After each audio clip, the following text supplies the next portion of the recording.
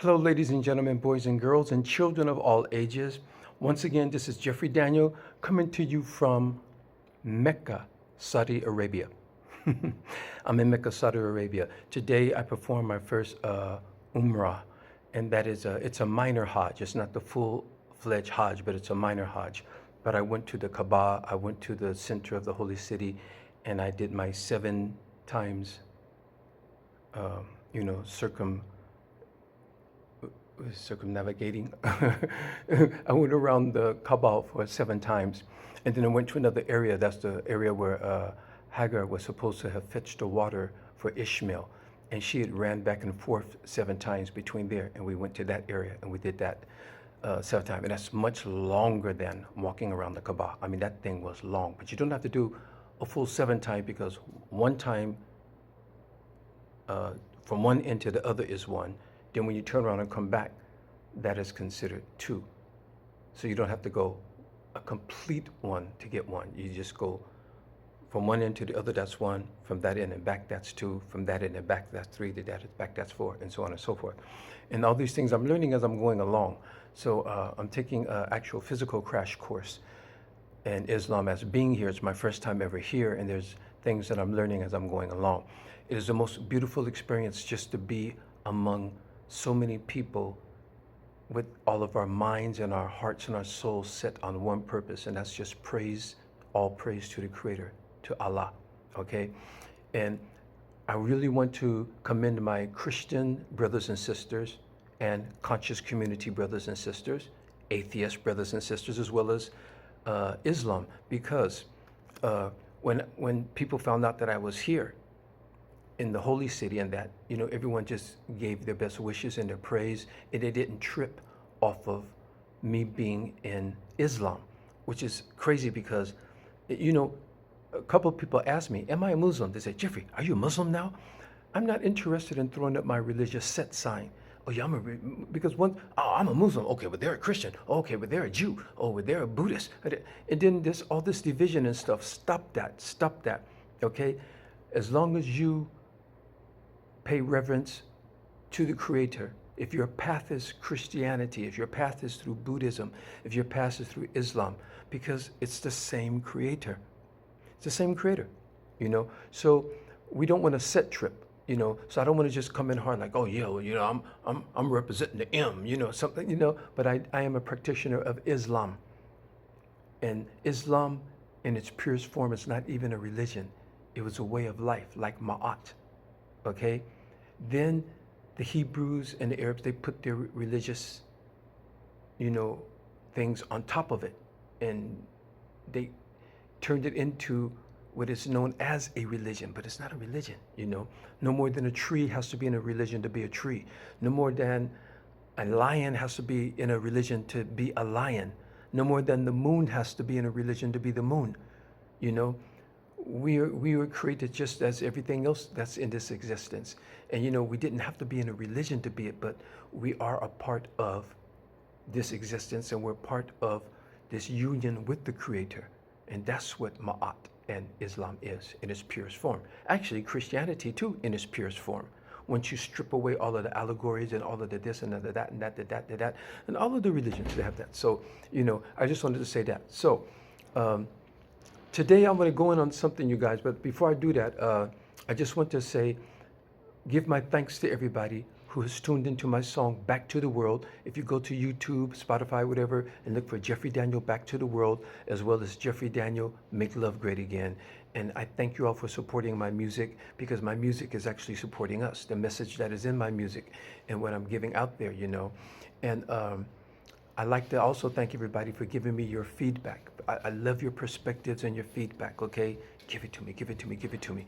And that's what makes it happen for me. That's why I do this, because we're now exchanging with each other perspective. They say that a preacher, he proclaims. That's what a preacher does. But a teacher explains. And I endeavor to be a teacher, because I like to explain things to you guys, as well as sharing this knowledge and whatever it is we're going through. If it gets a little noisy going back and forth, please excuse it. I am so blessed just to be in such an ancient holy city of Mecca. It's my first time, other than Dubai, it's my first time properly in the Middle East. And I'll be here until the end of the month anyway, until May, the beginning of May. So I'll be spending time. It was 43 Celsius today. 43 Celsius. You guys work that out in degrees. I think that should be over 100 degrees Fahrenheit, something like that, or whatever. Okay. So what I want to talk about today is something that I really wanted to stay away from, because when I slightly touched on it in a previous video, it was a brand new issue going on, and everybody wanted to put in their 2 cents. Everybody wanted to put in their own perspective, their own this and that on top of it, and I didn't want to join the bandwagon, and I just wanted to see how this thing was going to progress and what was going to happen with it, okay? So today I am going to properly talk about Will Smith. And the title of this commentary is The Definition of Will Smith. I really don't want to get so much into the whole Oscar slap thing, which is the whole impetus of this thing. That's the whole premise of it. But I want to talk about us, our reaction, how we're dealing with it, and what we're doing with this. That's what I want to talk about, okay? You know, I'm really sick and tired of seeing all of you social media keyboard activists playing judge and jury, ready to condemn and ruin other people's lives just because of their mistakes, you guys. So, you know what? You all look like the kind of village mob in a Frankenstein movie, carrying torches and pitchforks to the Frankenstein castle to serve your own brand of justice on Dr. Frankenstein for doing experiments you know nothing even about. And you know that, you guys, you see those old Wolfman and Frankenstein movies where the whole crowd of the mob goes out there and they're standing out there with their pitchforks and their torches and their shotguns and come on, let's go get them, let's go kill them. That's what you guys are doing on social media to these celebrities that fall short of grace. And that's what we really want to talk about, okay? I really try to avoid getting too caught up in the Will Smith and the Chris Rock Oscar slap thing. And I still aim to steer clear of the actual incident, but I have to weigh in on the reactions that I'm seeing from you people, you know? So, and you guys don't even have a damn thing to do with it and are so willing to vilify other people. Why? Because he's famous? Or because they're rich and you're not, you know? So, yes, Will Smith effed up, okay? Yes, Will Smith effed up, all right? So we got that out of the way. That's not a rocket scientist to figure that out, but he has to face the consequences of his actions with the Academy of Arts. Do you think your opinions of condemnation help the matter one way or the other? Just coming out to condemn the brother for what he did? You know, that's not going to help anything. It's not going to sway anything. So what's the point, you know? Even the industry as a whole is now starting to bitch out on Will Smith. You think he actually killed somebody or committed a real heinous crime. I'm not saying what he did wasn't out of control or that we should excuse it, but what we do need to join in on condemning and just persecuting him for his action that he's already greatly regretting. Do we need to join in on that, you guys? Now, my throat is getting dry because I'm fasting and I can't drink anything, not even a drop of water, until it's time to break the fast. So excuse me if I get dry, you guys. Okay. What he did on that platform should be dealt with by those people who own and administer that platform. They are the Board of Academy, and they have their rules and regulations. And last I heard, they were proceeding with penalizing Will Smith for his out-of-order assault at their award show. So that's what's happening. Now, I really hope that they don't take his Oscar back. Yeah, I really hope that they don't take it away from him, you guys, because it also represents a victory for Venus and Serena's legacy and their father's amazing true story. So the Oscar isn't just about Will Smith. There's so much that, you know, is associated with that Oscar. So the Oscar isn't just Will Smith. The production crew, the actors, the actresses, you know, the people who made that story come to life. They didn't slap anybody. So taking the Oscar away from Will Smith would be depriving all the people who made that story come to life their victory, as well as Serena and Venus Williams and their father, Richard Williams, which the movie is called King Richard, after their father. So taking it back from Will Smith, I don't think that's going to really be, and plus he won it. So being that you won something, you won it. Okay, let's say they did take it back, but he did win. So it doesn't erase the fact that he did win. It just means that you're revoking something from him that he did win. You can't take something back that he didn't get in the first place. So he is the winner. If they feel they need to take it back because of what he did, it's just symbolic because he won. He did win anyway. So, okay. I might start losing sunlight as I'm talking to you guys. So I'm just going to continue going, but I turned on the lights so they might compensate for the loss of sunlight. So I'm going to keep on going with this, you guys. All right. Okay. So, and the point that black folks winning an Oscar for telling a black story, now you know that's very rare. You know that's rare. So I hope that they don't revoke his Oscar award back from him. Now, some of you have argued that it was done on national television and families and children were also watching. That's true. But let's re-examine what transpired, okay? Now, I'm going to delve into this. You guys know I like to get into things, you know that, okay? So stay with me, lean with me. As I say, lean with me, you guys. Okay, here we go. That's true. But it was a single solitary slap, not even a punch, in reaction to his wife being made the butt of a joke concerning her hair disability on national television at such a gala event. And you know about that, you guys. You know, posing on the red carpet and looking all glamorous and elegant, and then that joke. I'm not saying a person should be slapped because of telling such a joke at such a time to such a person. But I'm just saying, let's look at what happened, you guys. We have to examine everything. I feel for Chris, you know. I really feel for Chris. Yes, it was embarrassing, and it did disrupt their highly glamorized event. Other than Chris Rock being humiliated in front of millions of viewers and his peers in the industry, Will Smith embarrassed himself in a very disgraceful way. And now he has to live with the consequences of that shameful act. Okay, my mouth's getting dry. With the consequences of that shameful act. Will Smith's got to live with this, you guys. You know, he crossed that line. He's got to live with this. But here's what I don't get, you guys. Here's what I don't get now. Here's where we go. Why does Sony, Netflix, and other companies have to join in on the condemnation bandwagon and further condemn him? He didn't do it on their platforms.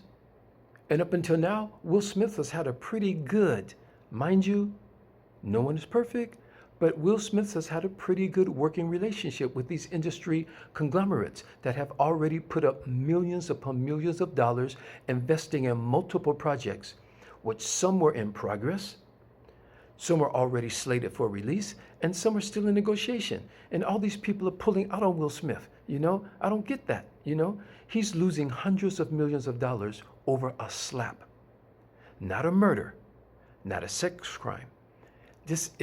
It's a bit too disproportionate, you guys, if you ask me. That's too disproportionate. I'm not trying to negate what he did. It was totally out of order. It was totally wrong.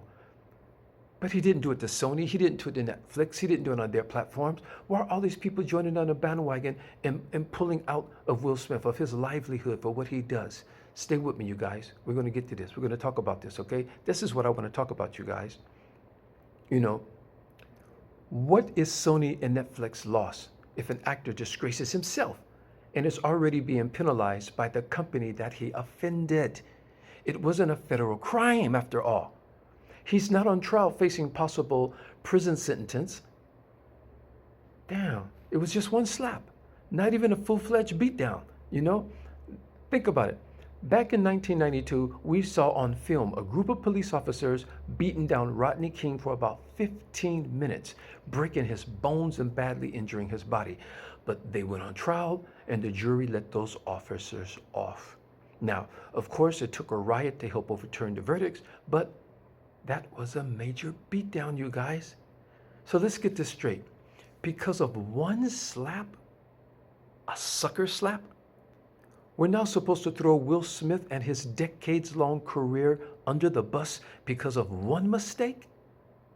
Man, people, look at yourselves. Look at yourselves. All of you guys tuning in and joining in and condemning him. Yeah, well, yeah, he needed, and giving your 2 cents. You guys need to stop that and stay out of it, you know? And think about it, you guys. One slap, one mistake. Now, you're all joining in on the condemnation as if your own lives are squeaky clean, as if none of you have ever fell short of expectations yourself or committed some real dirt. Will Smith is an actor, not a priest and not a politician. Those people have to hold themselves to a higher public standard.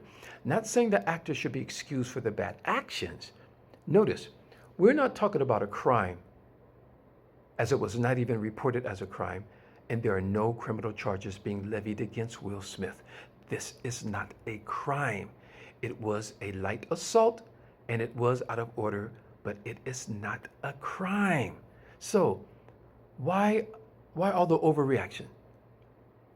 I'm always looking into the whys. This is what I always tell you guys. Look into the, not just the wheres and the what's in the house, but let's look at the whys, you guys. And you know, that's why I like to keep it. Why so much overreaction about this? You see, you all need to think first before you join in with the course.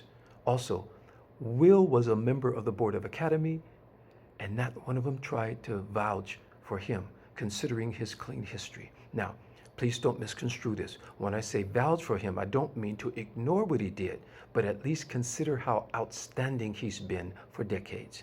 Or else, how in the hell did he become a member of the Academy anyway? They don't just let anybody on the Board of Academies. You've got to be an outstanding, not just an actor, but a person and a personality and a character to even get there. So they must have considered him to be that. And you let one mistake just tear all that down? One mistake? It was a big one. It was a big one, but it was one mistake. All right? So, do they have a propensity for recruiting potential slappers or something? As I said before, we need to question everything. You guys really need to question everything. But did any of you see, please lean on in with me on this, you guys. Please lean in. My throat is so dry, you guys, but I can't help it, but I got to do this. Did any of you guys see the leaked video? Notice how I said the leaked video, because it was not shown once on any major news outlets, but I saw it online, okay? Will Smith apologizing to Chris and hugging him in the Oscar theater. And Chris seemed to reciprocate. Now, if Chris was just being cordial because of where they happened to be at or not, we cannot say. But the act of reconciliation on Will's part was already offered that same night. And somebody filmed it with their camera and put it online. Will had the Oscar in one hand, so you know it's after he won the Oscar. And he went up to Chris Rock and they were talking and he hugged him, and Chris even leaned in for the hug. And they shook hands again and they kind of reconciled that situation. Now, I know that it's not only between them because it happened at that platform. So now the Board of Academy is involved in it too. So now they have to deal their, penalty to Will Smith. So Will is dealing with that. So what do we all have to do with it? Zilch. Zilch. Now, I could understand if it was Will Smith, who was notoriously known for slapping and beating up on people and had a history of physical violence. Then it would be nice to see him finally get his just due. But as far as I know, this is the first act of physical violence that I've heard of with Will Smith. He seems to be a very dedicated family man with great work ethics, and he always seems to be pleasant in the public eye. Now, I don't know him on a personal level, but we have heard many other kinds of rumors. But nothing involving violence. So, he did lightly slap one guy overseas on a red carpet once because the guy kissed Will Smith.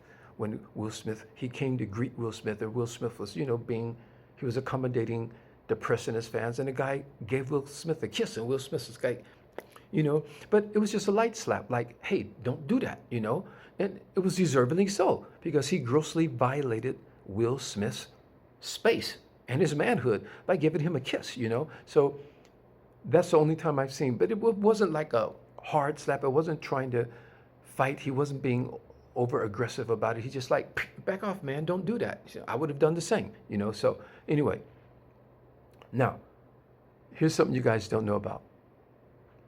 I only met Will Smith once, and that was very briefly when I was choreographing, shameful to say, Milli Vanilli for the Grammy appearance.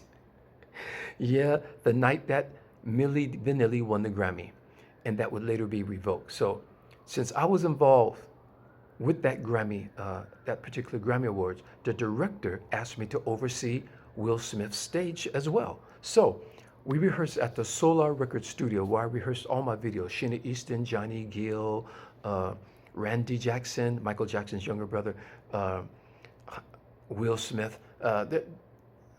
There's a lot of people. I can't even remember all the people that I rehearsed up at the Solar Studios. So we went up to the Solar Record Studio up on Coenga. All you in LA, you know what I'm talking about.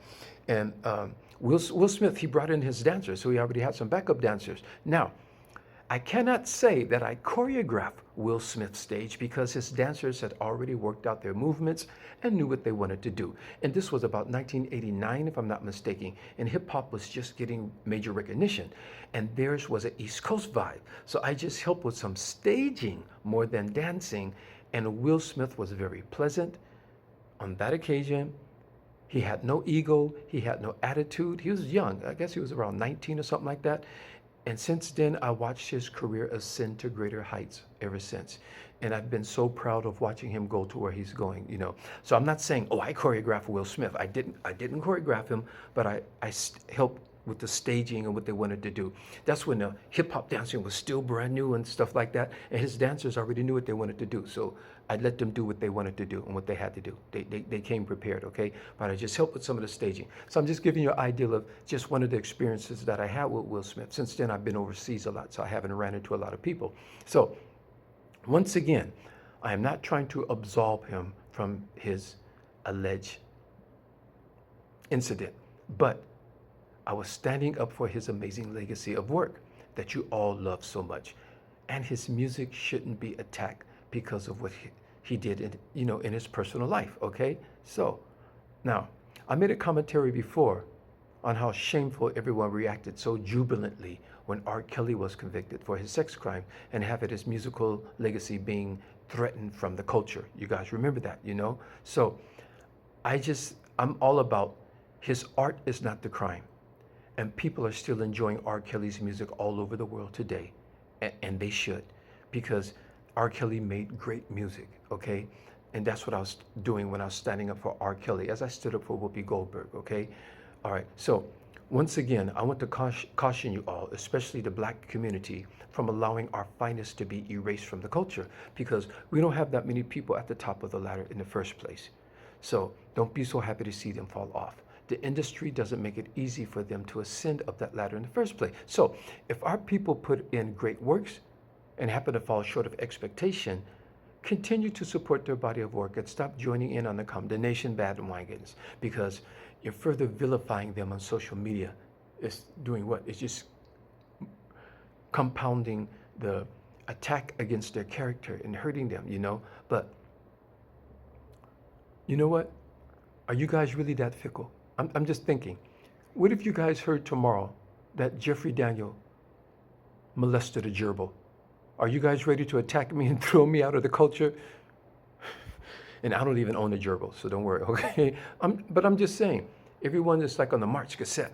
Let's attack them, let's get them. That's how you guys are acting. But seriously, Harvey Weinstein, Woody Allen, Jeff Epstein, and his partner in crime, what's that lady? Ghislaine Maxwell, Roman Polanski, they all committed shameful crimes and disgraced themselves publicly. But you don't see the Jewish community coming out and celebrating their downfalls. You don't see their legacies being removed from the culture. Let the authorities handle the offenses, and us fans and the public keep their legacy alive. That's my point. That's what I want to say. That's what I'm trying to nail home on you guys, okay? So look at it this way. Anyone walking the celebrity tightrope year after year, decade after decade, will eventually show some human side that doesn't meet up to the public persona that we're all used to seeing. After all, they are human too. And humans are fallible. So stop waiting for people to make mistakes so everyone can pounce on them. Because when you're that public and you make a mistake, The hurt, the most of the hurt is really on yourself. You're really hating yourself for what you did. You're really showing the greatest remorse, and you're obligated to show how apologetic you are in multiple ways because you're such a public image. So we don't need everybody else to join in on it. This is what I'm talking about. Now, one act of shame cannot and will not define Will Smith's entire career unless you're willing to be an accomplice. So stop gloating over Will Smith's mistake. You may make a mistake one day too. Then how would you like to see people and your own community turn against you? Think about it. Think about it. As the world is taking a darker turn, we need to support each other and exercise empathy and compassion for each other, because all we have at the end of the day is each other. We're in different capacities, we're in different, categories or what, but this is it. It's a world full of people. Without people, what is the world? Would it just be animals running around and trees and nature? But without people to experience this existence, what is there? And it's all about people, you guys. So let's stop being so ready to just turn on each other. This is what I'm talking about, okay? So as the world is taking a darker turn, we need to support each other. So I said that. So I know it sounds corny and cliche, but that's the only way that we're going to survive. It's the only way we're going to survive, you guys, okay? Spread the love, okay? Make love great again. That's what I'm saying in my song. I'm here in Mecca fasting and praying for the month of Ramadan, and I'm praying for humanity as a whole, that we can make it past this pandemic and these ensuing wars. That's the real thing that we have to worry about, you guys, not Will Smith slapping somebody. We need to think about what's going on, the real things that's going on. Regardless of your religious convictions, or if you disbelieve, I'm still praying for us all, and that's why I'm here. This is a long trip. I'm on the other side of the world, you guys, in the Middle East, in Saudi Arabia, in Mecca.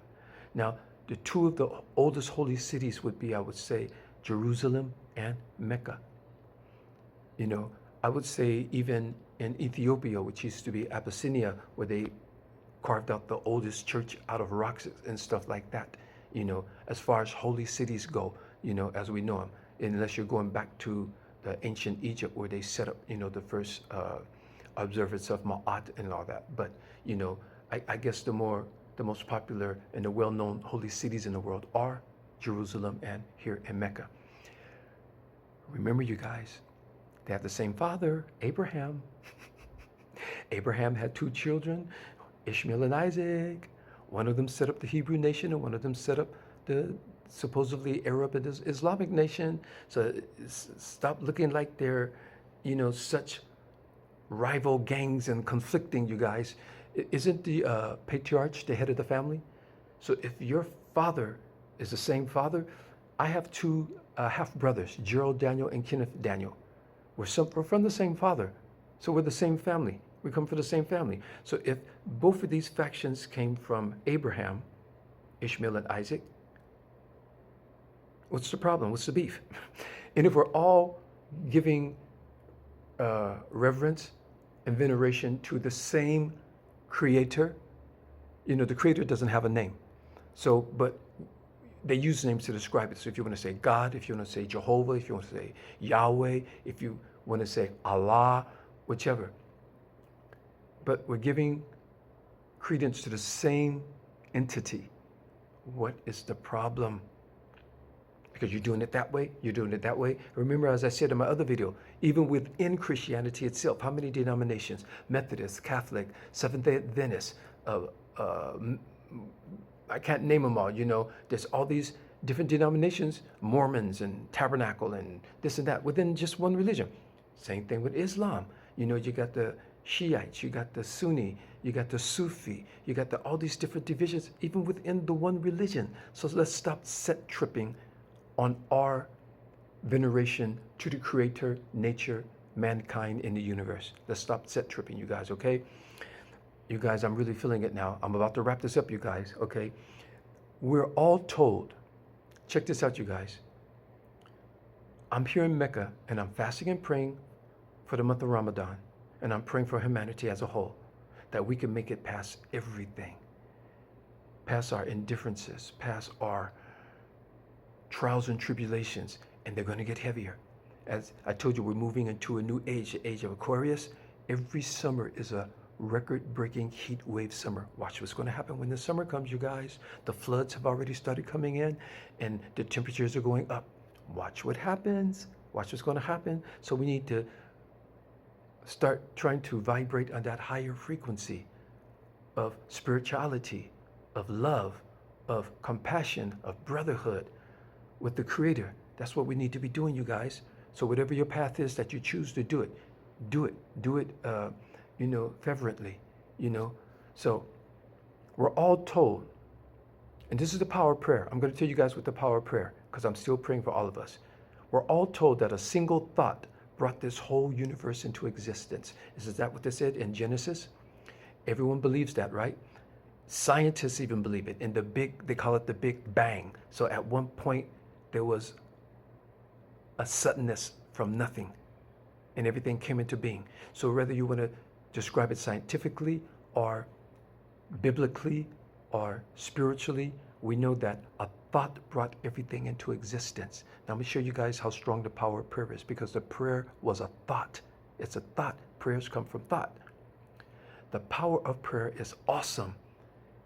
Every act that you perform daily is propelled by your thoughts. And humans have about 7,000 thoughts daily. And did you know that every thought is a thermodynamic electrochemical process, creating heat that needs to dissipate for the next thought to manifest? Let me say that again, since you guys didn't catch that. Every human, every day, we have at least 7,000 thoughts. Some are subconscious and we don't really, focus on it, but some that we do focus on. But we have about 7,000 thoughts a day, if not more sometimes. And every thought is a thermodynamic electrochemical process, creating heat that needs to dissipate for the next thought to manifest. Did you guys see what's going on? That's power. That's power. I don't want to use the metaphor of the Matrix, the movie, but that's how they had those people sleeping in those pods and dreaming about being in a mattress, and their thoughts were generating power for the machines. Even that's just a movie, but that's just a metaphor. But the point is, that's how much power we generate every day. We're energy. Everything in the physical universe is made up of energy. Every molecule, nuclei, and atom, and proton, and neutron, and all these things, this is energy. And we're energy. So choose your thoughts wisely and allow more positive thoughts to dominate your mind and in your soul. And that's what I want to say about that. So you guys, the power of prayer comes from our thought. If you guys wanted to do something illegal or something vile act or something disgraceful, it takes a thought to do that. And that's when your thought is controlling your soul. It's controlling your spirit. Where your thoughts go, your spirit and your soul is going to go. You see? One more thing I want to say. I don't mean to bang on anybody, but in closing, I want to say this. If I can travel all the way to Mecca to come and pay my homage to Allah and Islam, the Creator, don't get hung up on the name Allah, the Creator, it's the same God you worship. If I could come this far to venerate our Creator, instead of some of you Christians, not all of you, because some of you are very, very cool about it, and I really commend you and I appreciate that. But I want to say this about Christians, especially the ones in America. If you're so deep into your religion, as you say you are, and if you're so holy, why don't you save up and take your butt to the Holy Land and pay reverence to the land of where your religion originated? You guys can save up and go to Cancun. You guys can save up and go to Paris. You guys can save up and go to London. You guys can save up and go to wherever else. Have you saved up and thought about, you know what? I'm really into my religion. I'm really into my faith. Let me go to the land of my faith. Let me see. How many of you been to Jerusalem? How many of you been to Israel? Now, maybe some of you can't afford to do it. Everybody can't afford. And I'm not talking about you guys. but those who want to, but you don't have the means to do it.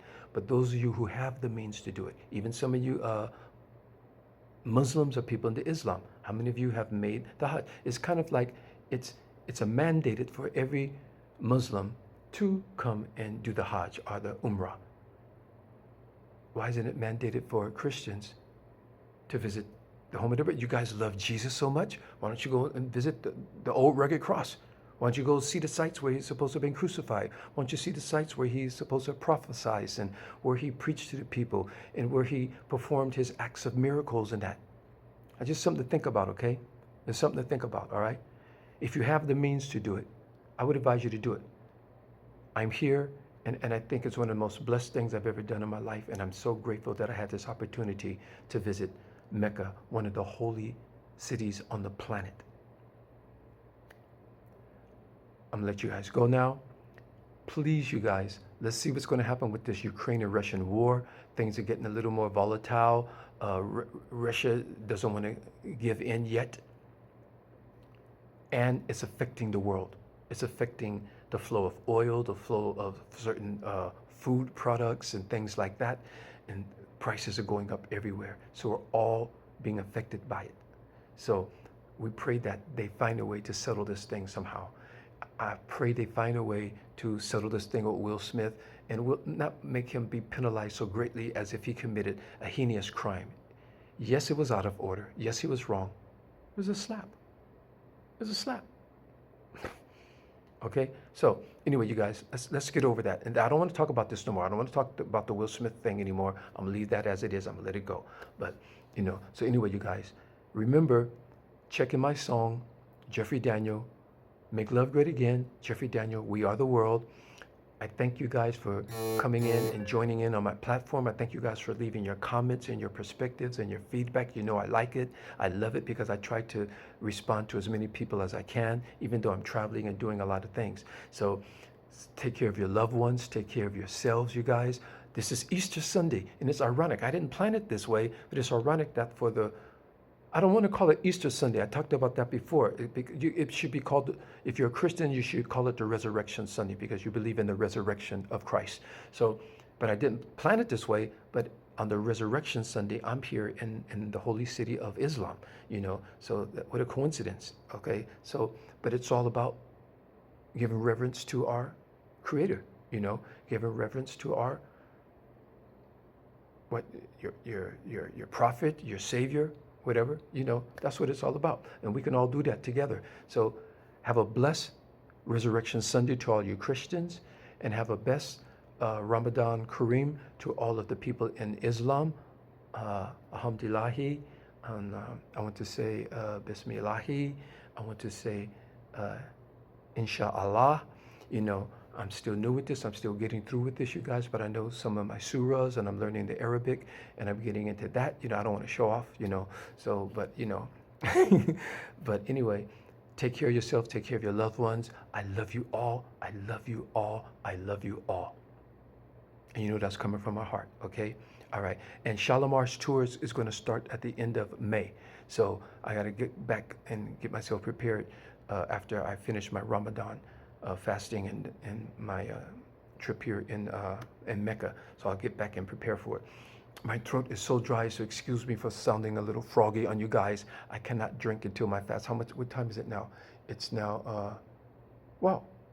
According to this, it's already 7 o'clock, so I could break my fast. I could break my fast. I could break my fast. Yeah. And it's a small sacrifice to pay to show your reverence to the Creator, It's a small sacrifice for a whole month, the whole month of Ramadan, we're fasting. And 43 Celsius temperature, I couldn't even drink a drop of water. But it's a small sacrifice, okay? Take care, you guys. I love you. Bye-bye.